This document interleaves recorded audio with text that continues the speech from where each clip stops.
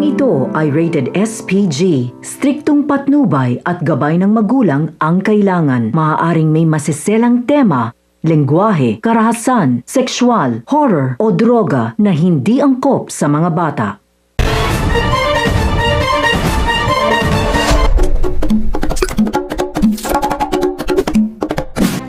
Wala nang nagawa pa si Tanggol kundi ibenta ang kanyang ninakaw na alahas sa mababang halaga.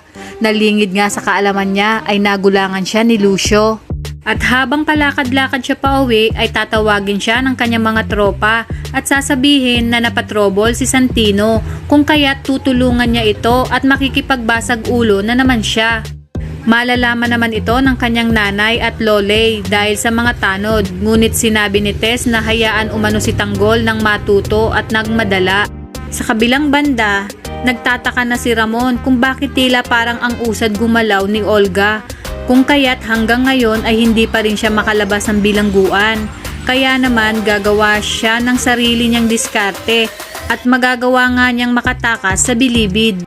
Sa kanyang paglabas ay babalik siya sa kanilang mansyon na siya namang ikinagulat ni Olga. Sinabi ni Olga sa kanyang sarili na paano na ang kanyang mga plano dahil sigurado siyang hahanapin nito ang kanyang anak at mas lalo siyang mahihirapan na makuha ang lahat ng kayamanan ng kanilang papa.